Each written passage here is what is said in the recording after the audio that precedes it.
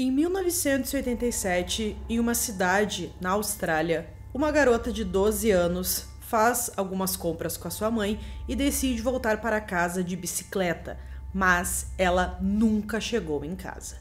Fala pessoal, Carol na área, trazendo mais um vídeo aqui no canal. Todas as semanas eu trago esse tipo de conteúdo para vocês, casos criminais. Se vocês gostam, já se inscreve no canal.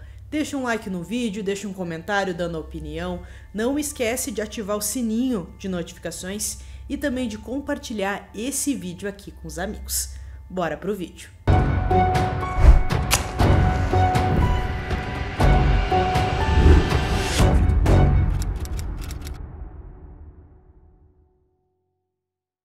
Em 1987, Shaun King estava com 12 anos e morava em Noosa, em Queensland, na Austrália. No dia 27 de novembro, ela foi para a escola e depois combinou com sua mãe Linda de darem uma olhada nas lojas no centro da cidade na parte da tarde. Quando terminaram, a menina foi para casa em sua bicicleta, dizendo à mãe que a encontraria lá em alguns minutos, já que a casa ficava muito perto de onde elas estavam. Elas sempre pegavam um atalho pelo Parque Pinaroo, pois assim chegava mais rápido em casa. Linda imaginou encontrar sua filha já esperando na porta de casa quando chegasse, mas isso não aconteceu. Depois de alguns minutos, quando a mãe chegou em casa e não viu sua filha, ela imaginou que ela pudesse ter parado no meio do caminho para conversar com algumas amigas. Ela era uma garota muito popular, tinha muitos amigos, então não seria incomum dela encontrar alguém no meio do caminho e parar para conversar um pouco. Ela imaginou então que sua filha chegaria na hora do jantar. À medida que as horas passaram sem notícias de Shaun, Linda começou a se preocupar. Depois de ligar para as amigas e descobrir que nenhuma delas a tinha visto depois do término das aulas, ela e o marido Barry saíram em busca da filha. A primeira coisa que eles fizeram foi refazer os passos dela naquele dia, até porque a mãe sabia exatamente o que ela tinha feito, que ela saiu da loja e pegou o atalho até em casa. Então, eles foram até esse atalho e encontraram a bicicleta dela jogada no chão.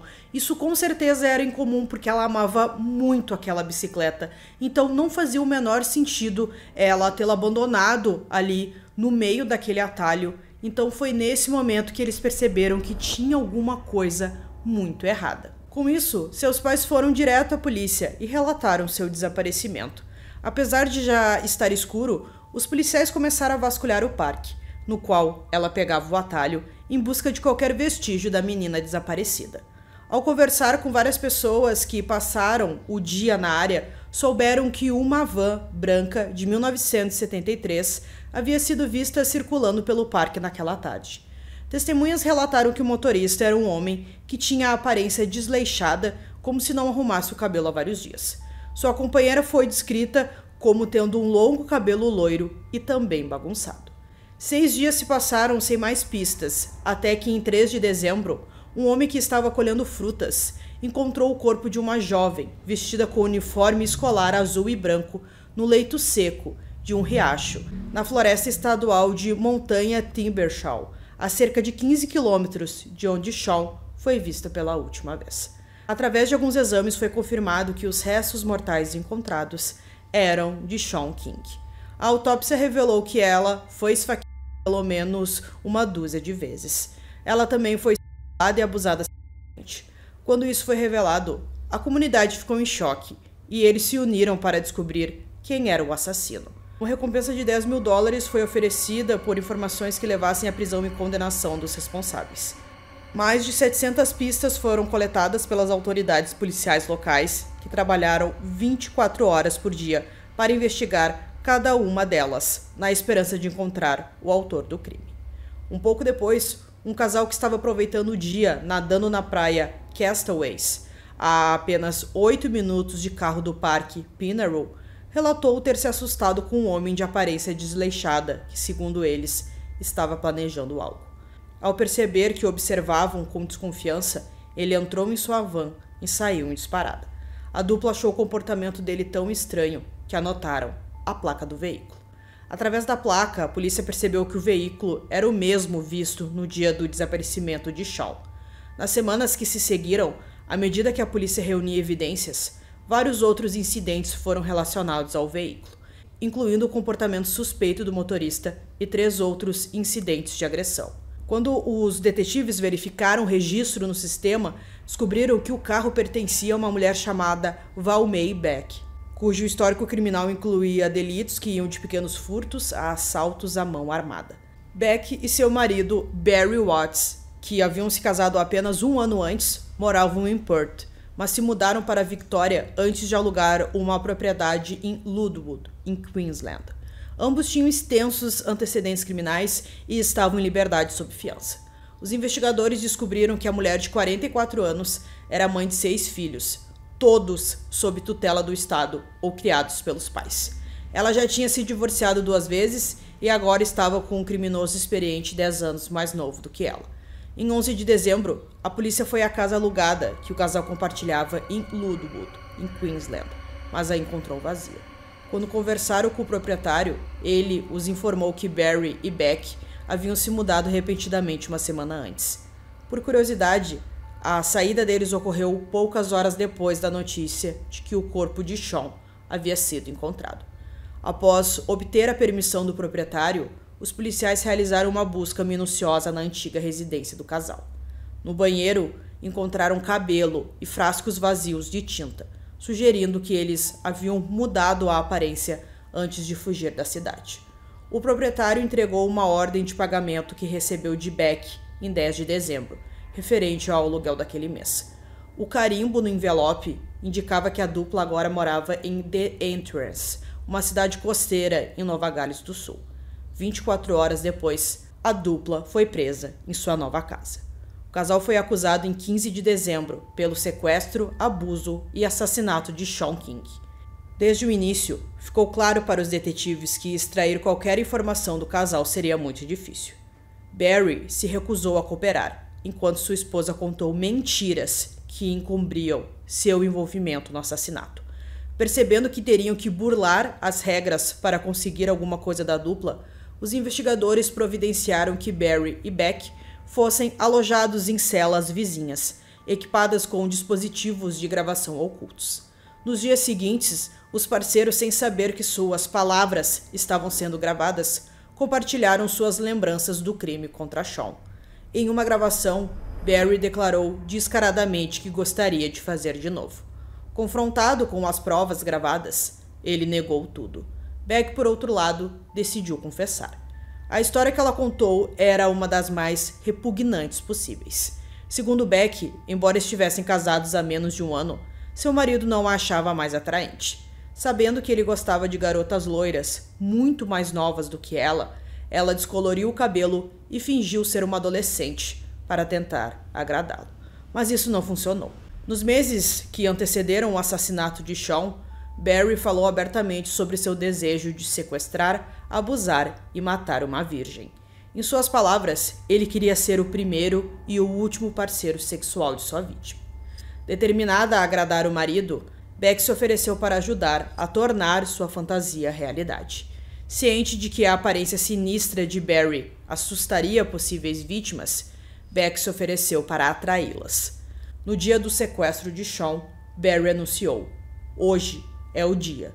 Desde cedo naquela manhã, o casal tentou sequestrar várias garotas que pareciam se encaixar no perfil, e todas conseguiram escapar.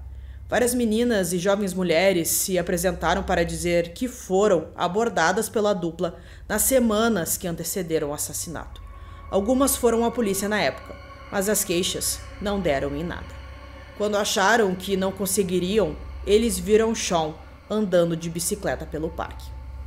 Quando eles viram que a garota se encaixava no perfil e que ela estava sozinha andando de bicicleta, eles decidiram que ela seria a vítima.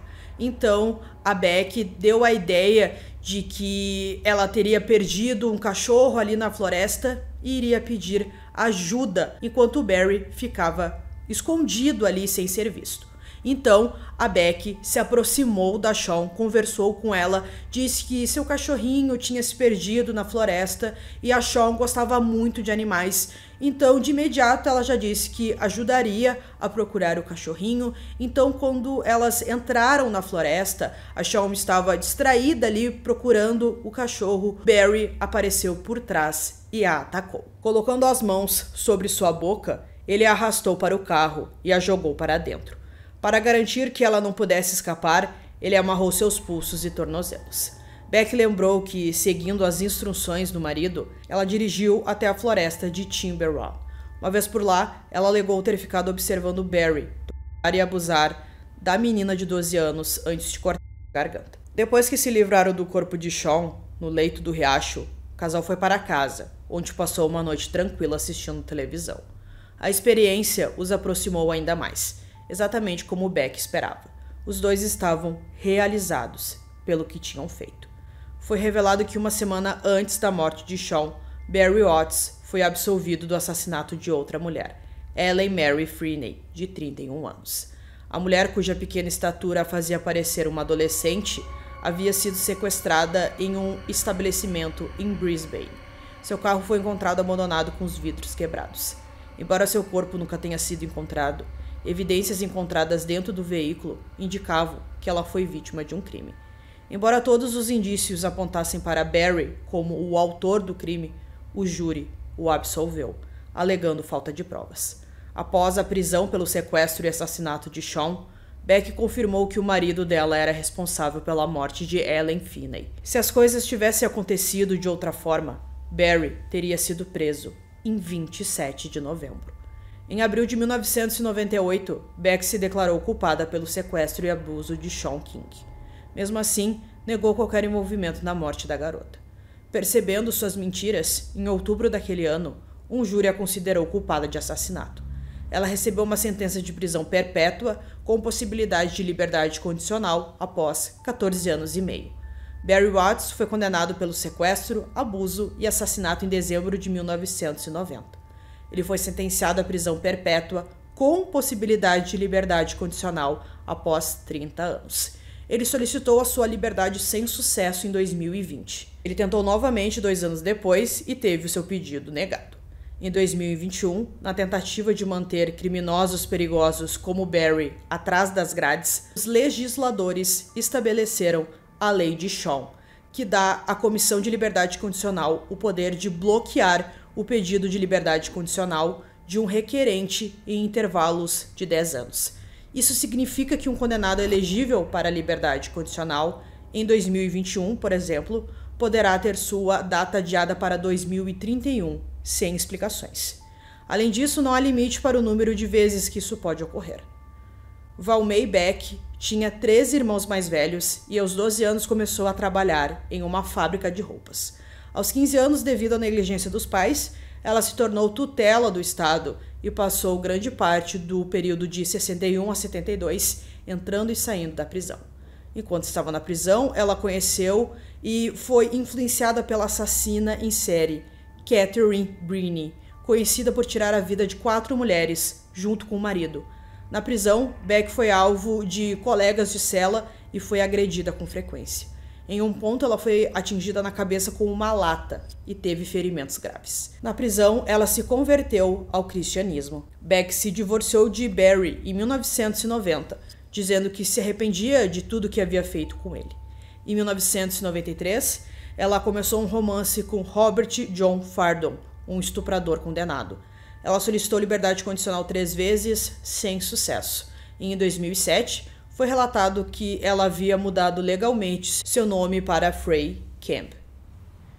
Em maio de 2008, ela foi colocada em coma induzido em um hospital após uma cirurgia cardíaca. A polícia esperava obter uma confissão dela sobre 3 outros assassinatos não resolvidos de mulheres jovens na área de Brisbane, mas Beck morreu em 27 de maio de 2008 sem recuperar a consciência. Barry Watts permanece atrás das grades até o momento. Graças à Lei de Shawn, ele completará 80 anos em sua próxima audiência de liberdade condicional.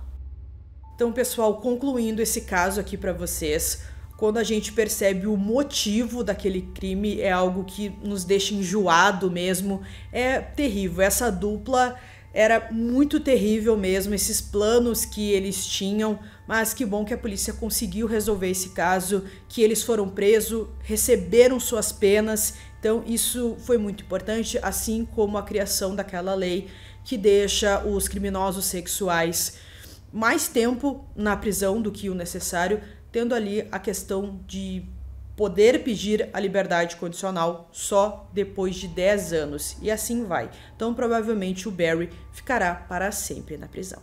Então eu espero que vocês tenham gostado desse vídeo. Esse foi mais um vídeo aqui no canal Durmam Bem, e até o próximo.